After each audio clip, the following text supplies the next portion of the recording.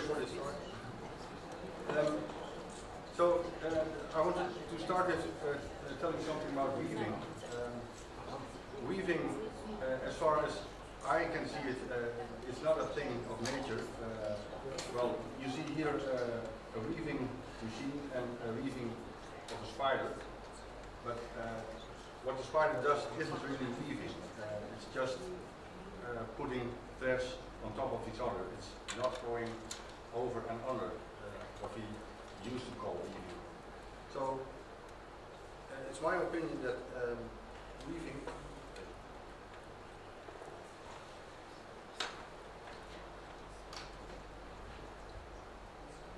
then I can put it down. It's okay. It's okay now? Yeah. You can. You don't.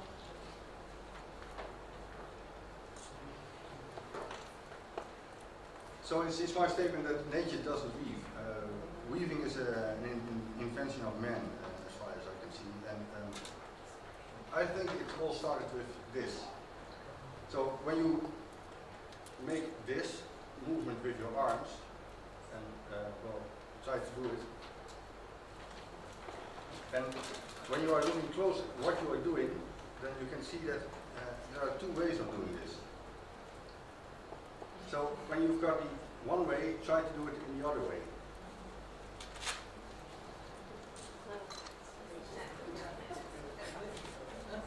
And for some people, then they really experience what they are doing. Well, what you're doing here is you make a knot. And that's the first step in our weaving process, I think. Because when you start with a knot, like this, and you extend the threads at both ends, you will see that in a few steps we've reached this situation, which is real weaving. So weaving, as I can see it, is an invention of man. And maybe one of the most important next to the wheel. Well, when you take away all the weaving we have in this room here, well, you get a weird situation, I think. So weaving, when we concentrate on the weaving pattern, there's a lot more interesting things to tell about it. It's not my own idea, but I got this one from Kenneth Nelson, another sculptor. He said when you concentrate on the cells in the weaving pattern, you will see that, well, this one goes under this one goes under the next one. So there's a certain orientation in this cell. As you can see here, we've done orientation in this cell of the weaving pattern. And now when you look at the neighbor cell, you will see that the orientation is just the opposite way. So you've got a left and right orientation. And that's the case with each weaving pattern. So in fact, when you zoom out again, you've got this situation for a normal over and under weaving. So left, right in each cell in such a way that in fact you've got a checkerboard pattern. When you see this, you understand that there's a connection between weaving patterns and tilings. Tilings in which you use only two colors, black and white. So any weaving pattern can be translated into a tiling pattern and the other way around. When you've got a tiling pattern, you can translate it into a weaving pattern. So this one is just a checkerboard pattern, but when you've got a weaving like this with three directions, where you've got hexagons and triangles, you also see here there's an orientation. This one goes over this one, so the orientation here is this one, this way, and the orientation in the triangle is just the other way around. So over. So translating it into a tiling, you get this nice black and white tiling pattern. So now when you go on, I just take another tiling pattern, black and white. I now can make the translation the other way into the weaving pattern. And then you will see that the threads now are becoming circles instead of long threads. but still we've got a weaving pattern with a nice over, under construction. So weaving, you can study weaving with threads, but there are more ways to look at weaving. You can weave several surfaces to each other. When you look at this pattern, you can see this as a white sheet and a black sheet going, well, to each other, as you can say. I can make this a little bit more clear by thicken it a little bit. So now you can see that the white goes under the brown, and the brown goes under the white. And even when I open it a little bit, you can really see that the white surface is going under the dark one. And when you open it a little bit more, well, you get the nice view of the weaving. So now in a few steps you see that you've got really two different surfaces going through each other. So starting with just the checkerboard, you can interpret this as a weaving.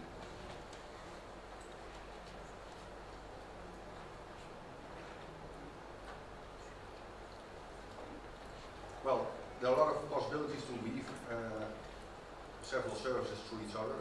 As you can see here, I've got 3 surfaces interwoven.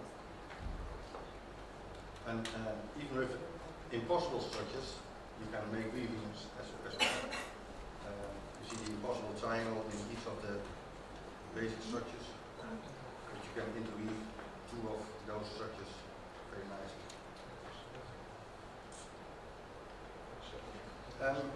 Of course, I cannot avoid to talk about Escher.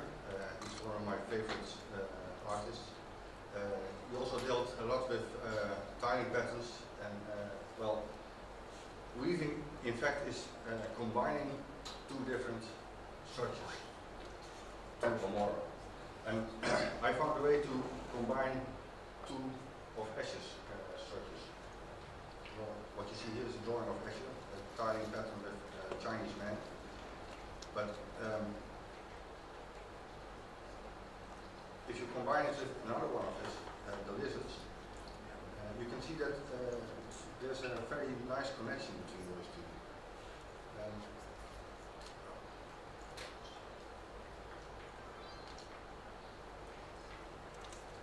When I start with just 3 Chinese men, I can divide them into 3 parts. And when you flip over the parts,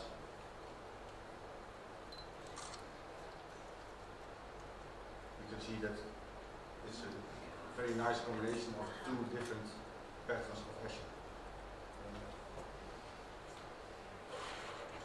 I've got the wooden one here, and as you can see on the other side, well, you don't recognize the Chinese metal. But when you flip over the parts,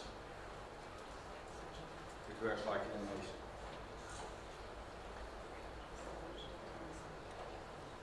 Well, the combination is based on the underlying pattern of the tilings, of course. With the lizards and the Chinese man, there was a hexagonal pattern under the lizard. As you can see here, the fishes are based on a square pattern, so if you combine it with another square pattern, tiling of Escher, so you tile the fish in 4 pieces, you flip them over again,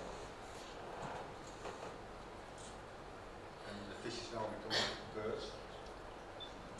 And this is possible because the basic pattern of both tilings is square.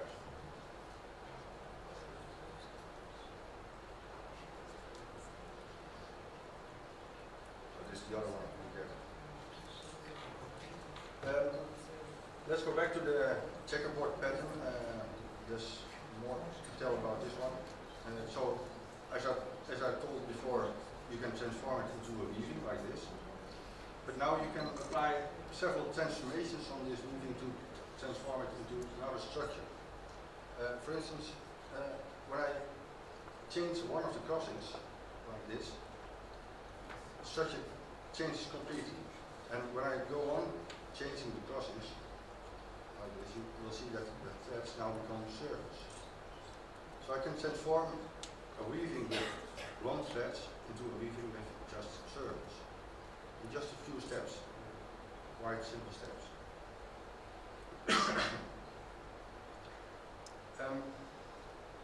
This is one thing I discovered in very old tiling. This is a pattern I found coming from Egyptian, from Egypt. In fact, this is a drawing of papyrus. I don't know the right word. Papyrus things. Yes.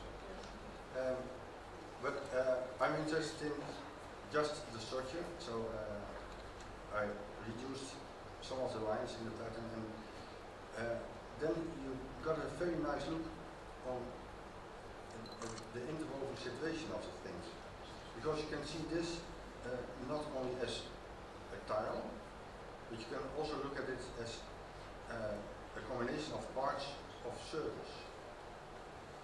Circles that are entwined in these points.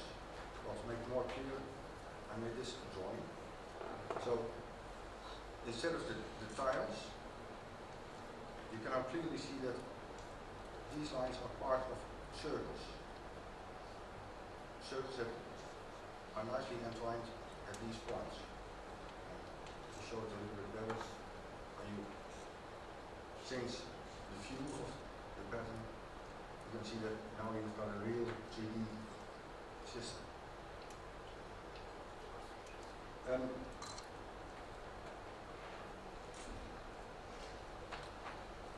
This is the pattern of the rings, but it's not only a pattern of rings, it's more interesting, and you can see that when you color some of the rings. When I do this, I color some of the rings, you can see that it's changed. So it's not just interwoven rings, but it's interwoven chains. And in fact, with this idea, I can also start with chains and try to find new interwoven patterns. With this set of rings, well, you can see that the second set nicely goes to the first one. And there's even space for a third set. And you get this nice entwined pattern. Nice sets of rings. So this is another way to create interwoven patterns. Well, in the former examples, I used really circular rings, but you can take more freedom like this. You can see this as an elastic band, and well, I can even make a little twist in it, and then create a chain, because I want to make a weaving with chains, so I need a chain first. Well, the second chain is going through the first one, and so I can create a pattern of interwoven chains. And now I think this is a very interesting step. When I've got this pattern of connected rings, so this is just a ring with a twist in it, I can do another transformation, and it's a transformation where I use these lines as just a border of surveys. So, you know the technique of the soap film, where you've got a cube and you put it into a soap liquid, you pull it out, you get a nice surface based on the edges of the cube. Well, when you do this pattern, and you will see that this transforms into a very nice self-interwoven surface.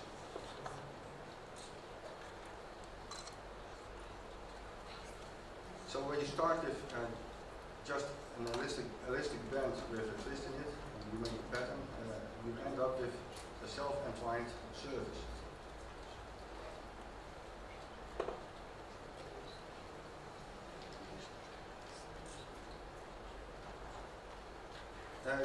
This technique I used in a few more examples. Here I've got a rubber band with a knot in it. This is a triple knot. And also with this you can build a pattern. When you have more knots, you can connect them like this. And also here I can make the surface in this way. I can just fill the space between the edges with the surface. And now this one is quite interesting, I think, because when it goes out, so I enlarge the surface in this way, you will see that it doesn't fit here, it doesn't connect.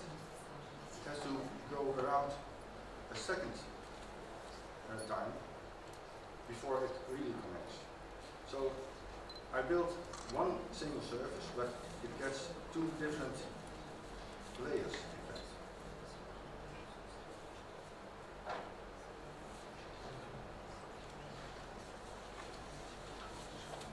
So after the second turn, it fits and it closes, and now I've got my real object. Like here.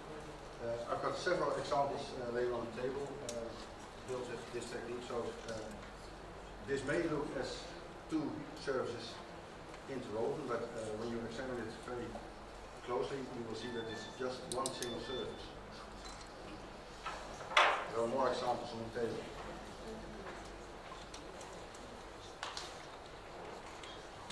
So this is not a weaving of two different surfaces, but just one single surface entwined by itself. How can we understand this a little bit better? When we apply the same technique as I used with the checkerboard pattern, the checkerboard pattern could be seen as two interwoven surfaces.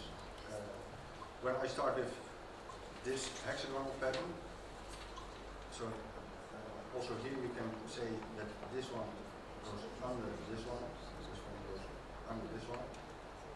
Especially when you open up the structure, you can see really that this one goes under this one. When I go on opening up this structure, we get a very strange situation. Because you can ask now how many surfaces are entwined here. So with the checkerboard pattern we get two. And in this situation, anyone has a suggestion? Three? Well, three is quite obvious. But when I go on, suppose I'm standing here and I start walking. I walk and I come over here. And I can go on walking and I end up here. And I can go on walking. I go under this one. And I'm here. So it's still one. Yeah, it's only one single surface. So instead of three, what is quite normal that you expect to get, I only get one single surface, but with two different layers. So this is the basic part of the structure. What you can see here is it's very clear that it's just one object. It has two layers, and the fact that the hole in this object is a knot.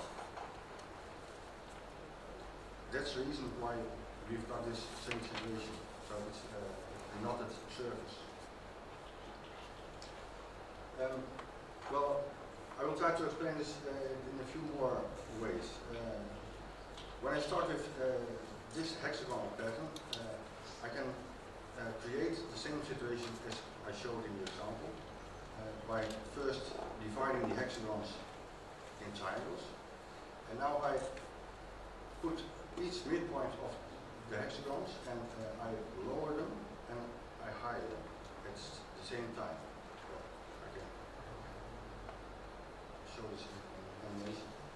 So I lower them and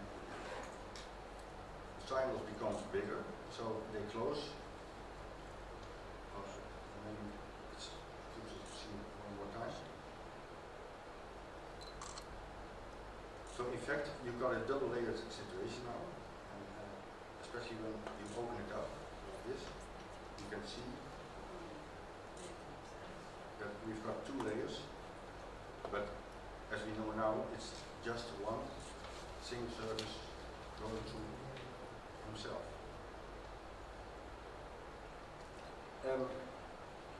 The nice thing of this example is that the parts that you need to build a structure like this are very simple. This is just a flat part with two parts of my several knot curve, and I can just combine them, so two glued together, and I go on.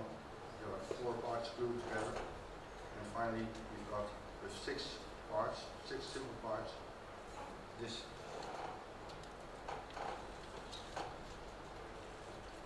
knotted figure. And well, you just need more basic elements to make the nice surface. So you end up with this kind of situations. To make it more clear, I made this animation, so I can just start with a very simple part. Well, first you need to make more copies, of course. And when you've got 6 of them, you can make them together like this.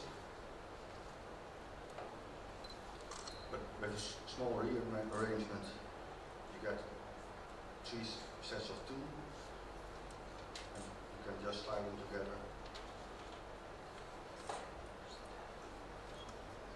And this is the basic part for the structure. And then, well, of course, you can add more to create a bigger single surface. So it's quite easy to build, and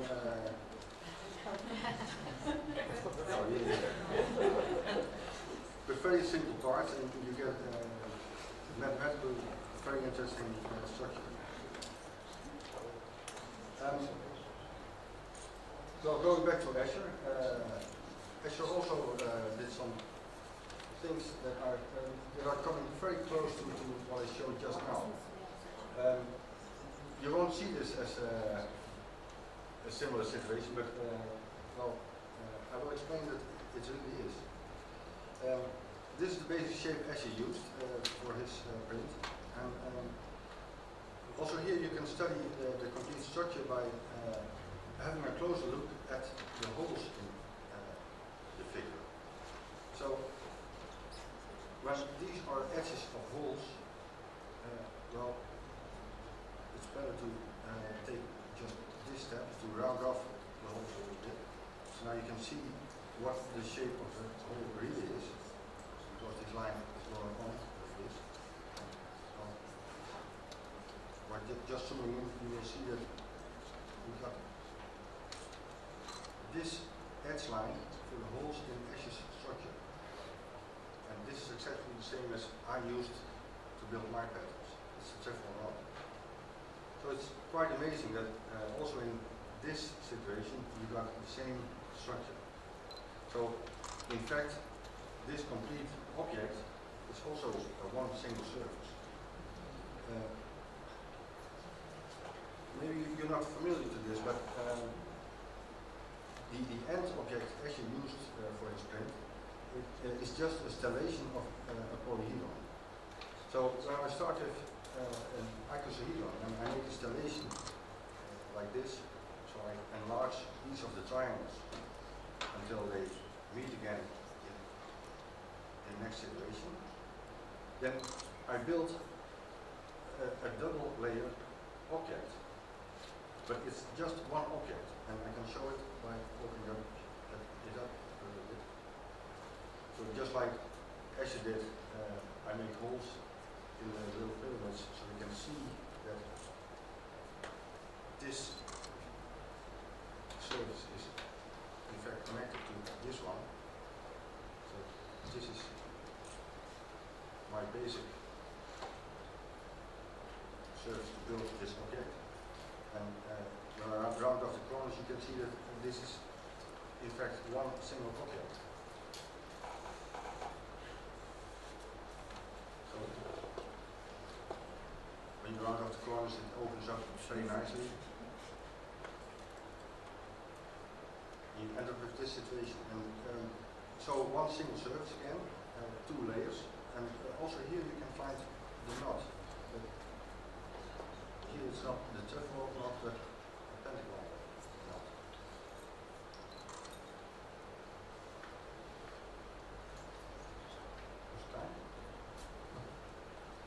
So here in one flow, the complete process again. So first installation, and then you open up the corners a little bit,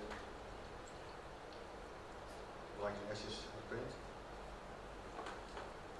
And then rounding off all the parts.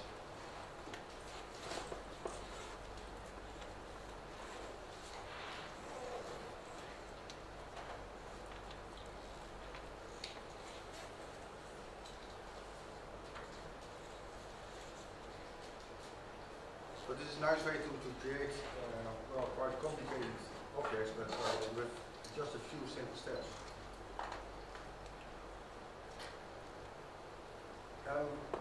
Well, next to Escher, Leonardo da Vinci is my other favorite artist. He's one of the biggest, I think. He did something what comes quite close to stellations. Well, in the book that he illustrated for Luca Pacioli, he called this process not stellation but elevation. And elevation, you can describe it as taking the midpoint of each surface and pulling it outwards, the object, so you get pyramids on each of the faces of the object. And when you start at the point where you've got equilateral triangles, so you lift each of the midpoints of the faces, and you stop at the point where you've got equilateral triangles, you've got an object built with only equilateral triangles. It's a star-shaped object, so that's why it's confused with the stellations, but it's not the same process as stellation. I won't go into that at this moment, but this is a very nice way of creating new objects with simple parts, so only equilateral triangles, starting from our well-known Platonic solids. I was interested in the fact of how you could use simple parts as a tiling, but not as a tiling in the plane, but as a tiling in space. So the elevation of the icosahedron, as Leonardo showed, can be seen as a tiling pattern in space, because you need only one type of tile. They are nicely connected. You don't have overlap. You don't have holes in the structure, so you can call it a three-dimensional tile. My idea was try to find other shapes that you can use for three-dimensional tilings. So this is a very simple example. This L-type tiles, you can use it as a flat tiling. And also in this situation, well, you can see it as a flat tiling. But now I created some space where I can put in the same tiles, like this. So in fact, I've got a three-dimensional tiling with the L-shaped tiles. It's still a very simple example, but it's for me it was good to understand the process a little bit better. The L-shaped tiles can be used in a lot of configurations to form 3D tiling, as you can see here. So to explain it in another way again, when I start with just squares, I can put the squares in this situation. It isn't a real tiling anymore because I have holes now, and that's not what I want. But here with just a simple operation, I can get rid of the holes and transform the first situation into a real fitting tiling, but now it becomes 2D. So no holes anymore, so you can say we've got a 3D tiling. still, I was not very satisfied because the shape of the tiles are very simple. And like Ashley did with the tilings in two-dimensional plane, he found a lot of very interesting shapes that could be used for tilings. So I wondered if this was possible with these kind of tilings. One of the things I did is starting with just a tiling with simple squares, like this. This is an infinite polyhedron. It's a real tiling because in each corner point you've got 6 squares. So this is just a part of the tiling. You have to add squares here and here to make this also a point with 6 squares. So it's an infinite start. But I found out that I could apply a very simple operation on this one to make more interesting tiling shapes. When you take this column and you rotate it just a little bit, like this, and you do it with each of the columns, you get this animation.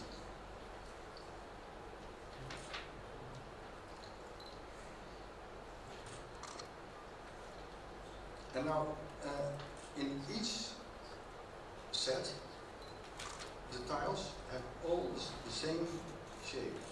So this is a real 3D tiling with not that simple tiles.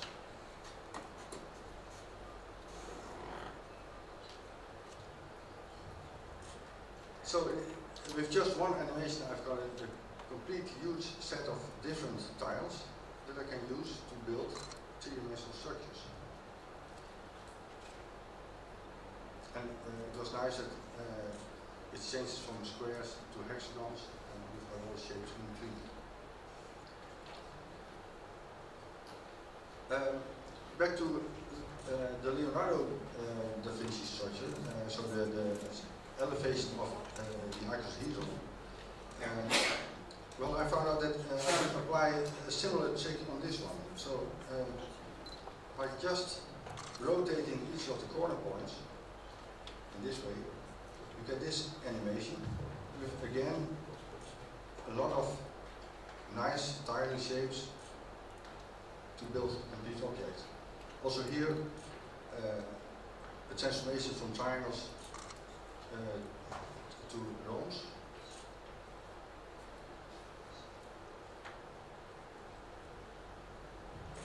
And well, in between, there's a situation that you've got, in fact, so you can recognize now the tetrahedrons in this one. So you get here the nice combination of 5 tetrahedrons.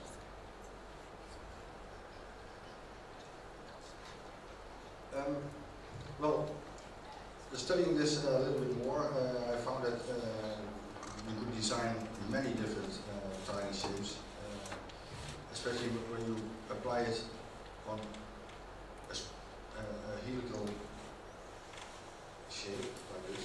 So with just one tile, I can build this object. So without holes and without overlaps, you can make this kind of structures. It's very nice to see how you can build this one. So here you can see the tile, and with just one strip of tiles, you can just build the complete object, and it fits exactly.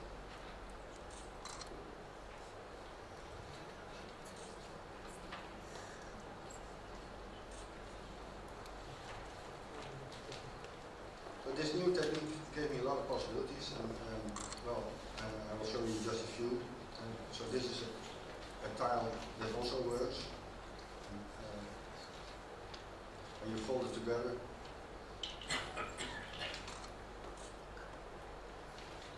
it almost becomes something organic. So very nice shapes and a lot of different possibilities.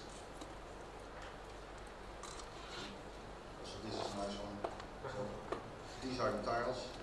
So it's just one shape, And this is how it falls together.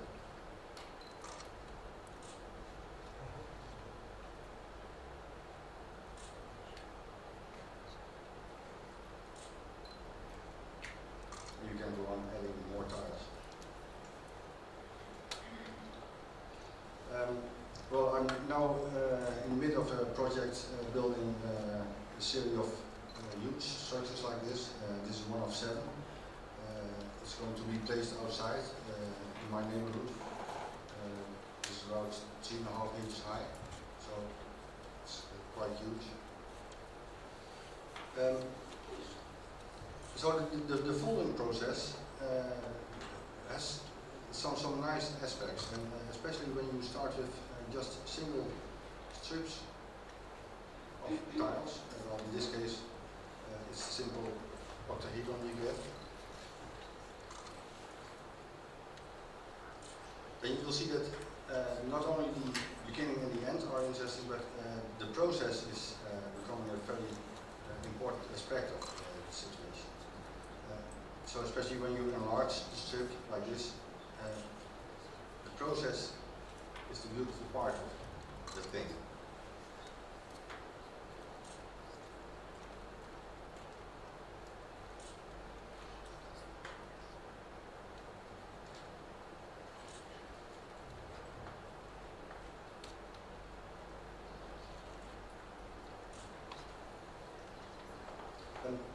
Well, there's a lot you can do with it.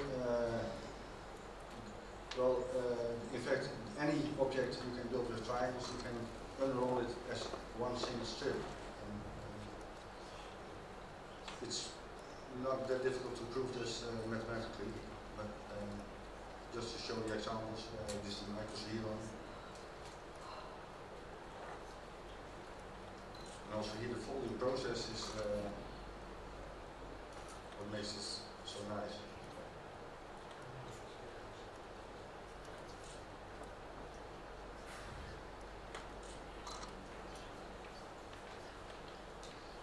As I said, any object built with triangles can be built from one single strip, so also this object. And well, this is a very easy way to do it.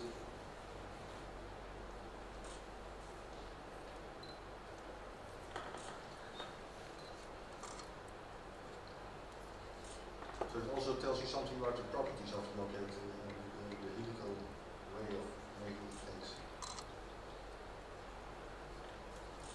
And to show you one more complex thing, this print of Escher, well, it's in fact 2 tetrahedra going to each other, but you can also see it as a construction built with small triangles, like this. So a lot of small triangles. And so you can unroll this as one single strip, and the strip looks like this. So this is just the strip you need to build the object. Building the object goes like this. So also here it's almost dancing.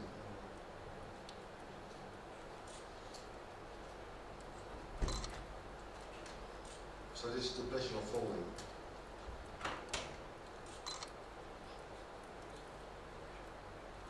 And you see that you end up with exactly the Escher object.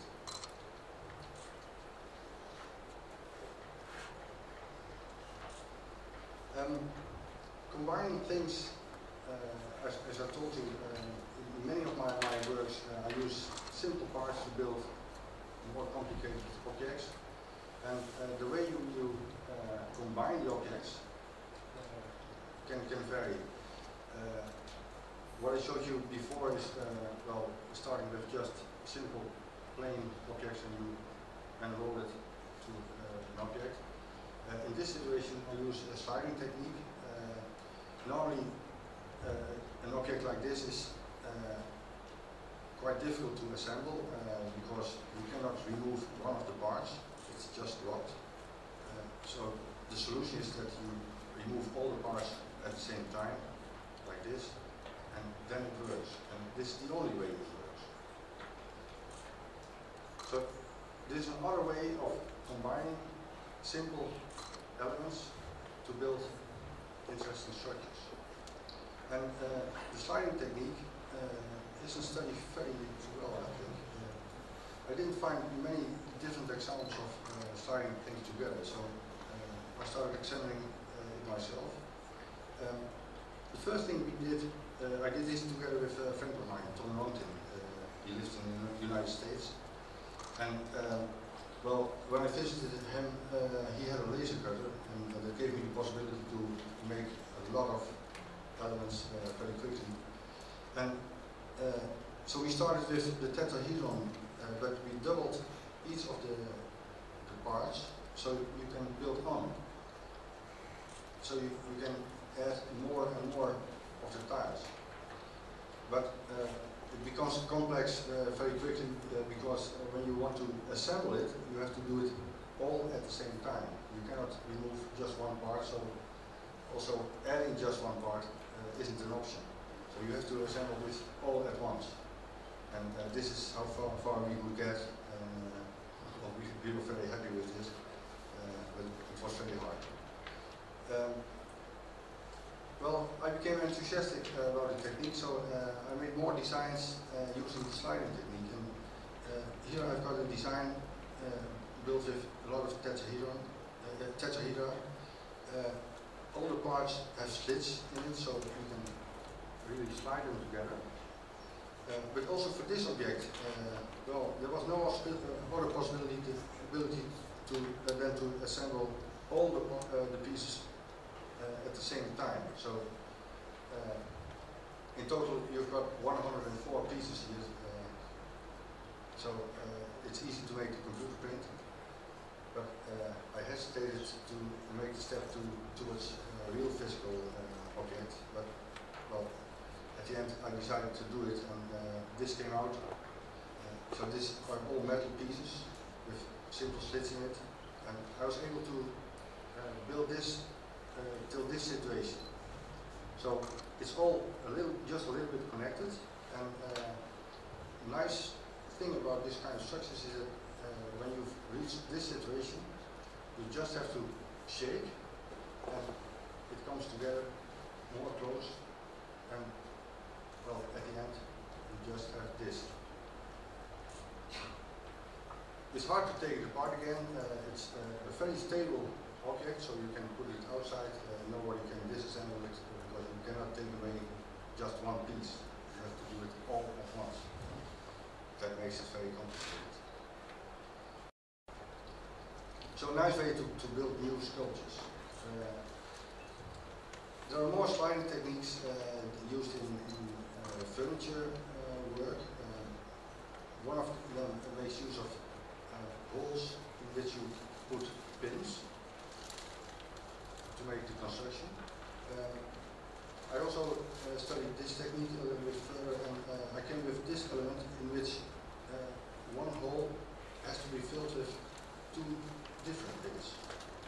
So, well, the element, we can use it as a normal tiling for a simple tiling pattern, but I was more interested in the three-dimensional situation. So here you can see in one of the holes of this object, we need two different pins, and they're coming from both sides now, to make the construction. And when you have 12 of them, you can make a cuboctahedron, so with squares and triangles. So also here, first you have to place all the elements in this situation that just are in the right position, and then after shaking a little bit, you have this object. Well, I was quite amazed that it turned out to be so simple to build the object, and this is the object. And so it's just slided together, and you expect that you can just slide it back, but I can do what I want, but you cannot get it apart anymore. Really. Well, you may try it. I brought it for you to try, but I can say that well, I did this before, and at a certain moment I had 6 people, so 12 hands. This is 12 parts, and they tried it for more than 2 hours, and they stopped. So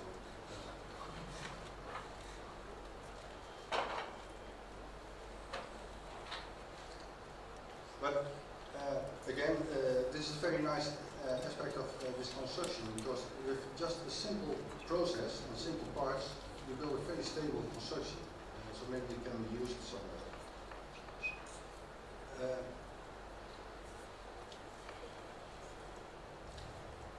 So this is the way to assemble the object.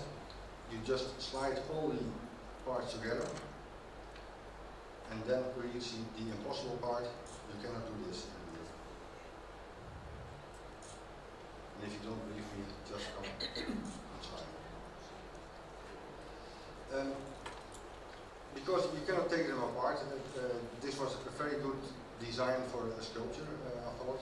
So I made bigger parts, and I colored them. This is the model, so you can see the size.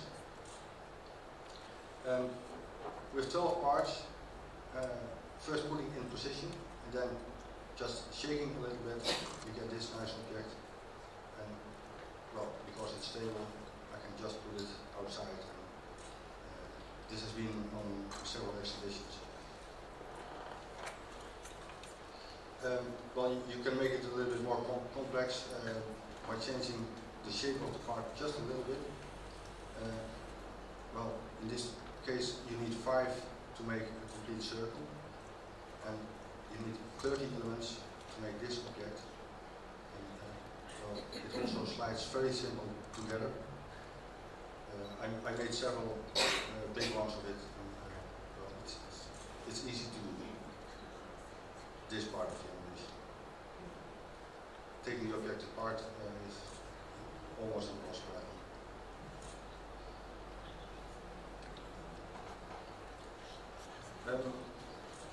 I looked at my watch, it's 11 o'clock. Is there a problem for the next speaker? Or?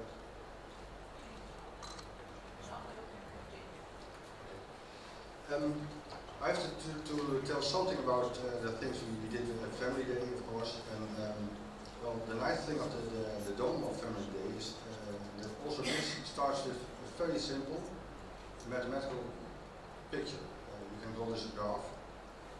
So just lines connected with other lines. Well, in a specific way, you see that in each point, you can say that there are 3 lines going together. And that's basic for this kind of patterns.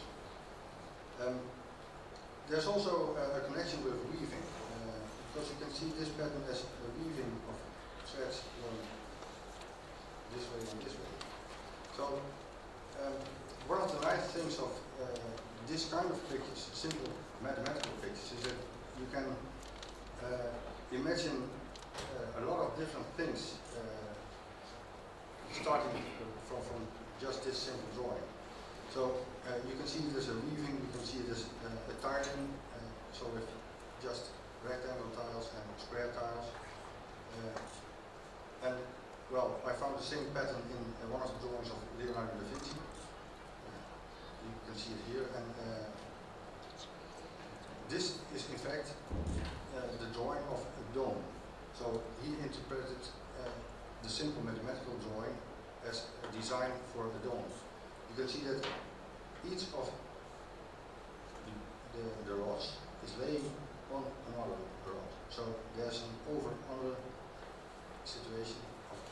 This one is laying on this one, and this one is laying on this one. So it's a real three-dimensional structure what is trying to draw here. And when you translate it into a real thing, you will see that this is happening. So laying each rod on another one, it makes that you get a three-dimensional structure, a dome. Well, this is the complete page on which I found the drawings of Da Vinci. So this is the first one. A few more, which has the same properties. And this is a nice one with hexagons and triangles. But also here, it's very clearly that this one is laying on this one, and this one is laying on the other one.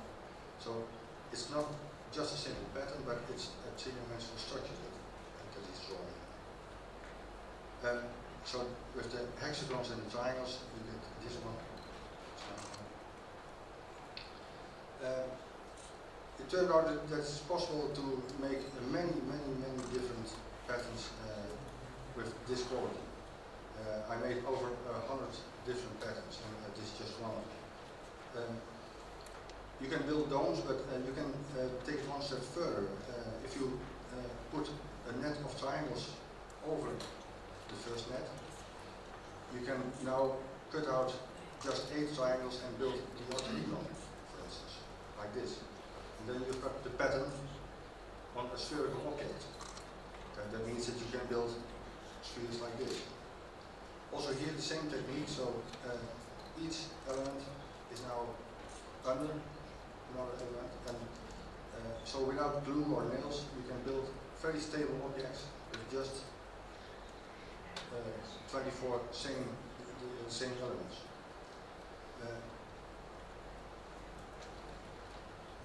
I built this one with 90 different elements, and to show that I don't use glue or anything, I made this little movie. So when you just take away one of the 19 elements, this is what happens. And you can start all over again. Well, the dome building part is very interesting, and we used it at Family Day to build a dome. And, also, the technique is very interesting because you build quite big structures by just working on the edge of the complete structure. So in fact you start in the middle of the structure by adding sticks. So each stick has to be laid with one end on each of on one of the midpoints of another stick. So in fact this one has to come on this one. So you just have to lift it a little bit, and you've got the first part of the construction. And after that you can go on, you can add a stick on this place, like this. So starting from the middle and going around, in a few steps we build big objects. Big objects, well, when you start with big elements, we build real big objects. And this is what I did in Italy, in a sculpture park. They wanted to have a real big dome there, and so we used beams of about 5 meters length. They were so heavy that we couldn't do it by just hands, so we used a small crane. But you can see the same technique. You start in the middle, and it's not a problem that if there's a tree here, well, you just build around the tree. Well, I first had to build a small model because my Italian language is not that good. So this is a very simple way to explain what the woodworkers have to do. So adding large beams at the edge every time. We made this construction which in the end is 20 by 30 meters. So it's real huge construction. And here you can see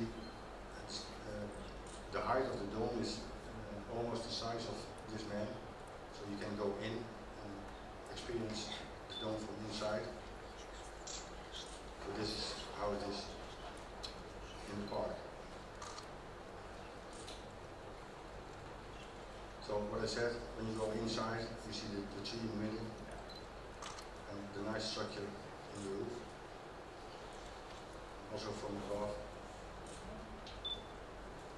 you recognize that it's the same kind of patterns that Leonardo used. Well, for the dome construction for Family Day, we used a little different element. I made an element in which it's very clear how to construct things. So it's very clear that you have to put one of this on top of this one. And it works the same, you can use the same patterns, but it works very quickly. Even small children can do it. And that's very nice. I did it with a a group of children aged about 6, 7, and I didn't have to explain anything. Just did the first step, and they made a dome so huge, it was very good. So it becomes interesting when you've got a lot of parts, and I made about 1200, I think, and then you can start building the construction. This was a project in Portugal. We did it with a couple of architects there. You can see that it doesn't matter how the field is, you can build the construction anywhere. So we start in the middle, and the construction grows. And what you see here is that it's becoming a little bit wavy. That's because we use two different kind of parts, and I have to thank Dirk Huijenbroek for this. He challenged me to make parts in such a way that we would have positive and negative curvature.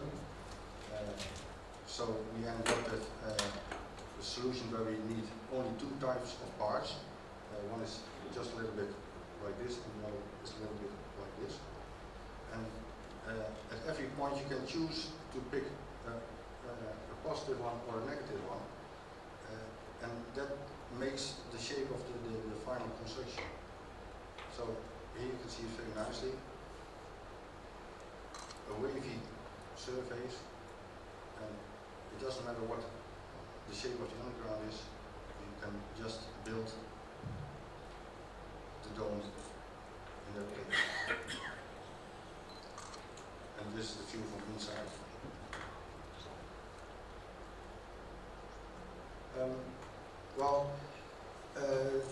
I wanted to show you one last example of weaving, and that has to do with telling something about the 3D printing technique I use. You see a lot of objects here. I use a 3D printer to make them, most of them. This is one example of how to build very huge objects with 3D printers. I decided to make also a weaving pattern. So here I start with just a piece of concrete, but with the computer you can make it any shape you want, as you can see, and you can make holes in it, there's no problem. And when you have a lot of holes in it, you can also weave another piece of concrete through the first one. So this is a real weaving of two different surfaces now. But when you fold it like this in a few steps, you will see that the first layer is now connected to the second layer, and it's now again just one single object. And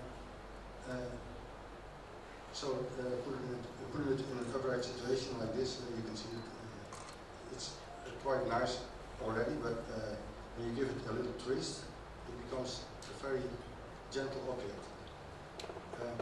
So we decided to send this one to the 3D printer. The 3D printer, this was just the first model, this size. But I knew a company in Italy that made a printer for concrete. The printer itself is 5 by 5 by 3 meters, so a huge machine. It doesn't fit in this room. And they can use the 3D printing technique to build real big objects. This is a view of the printer. What you see here is just the cross section of my object, and the printer is the machine all around the object.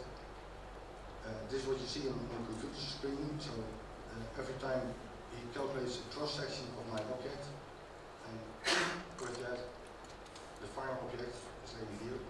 The size of this one is 2.5 meters, so you can see the size of the machine. So with just layers of concrete, you build this object. The foam is just for transportation, so you have to be safe. It is printed in Italy, and it had to be transported to Holland. So here we are in Holland with the Real Gate, and we had to put it in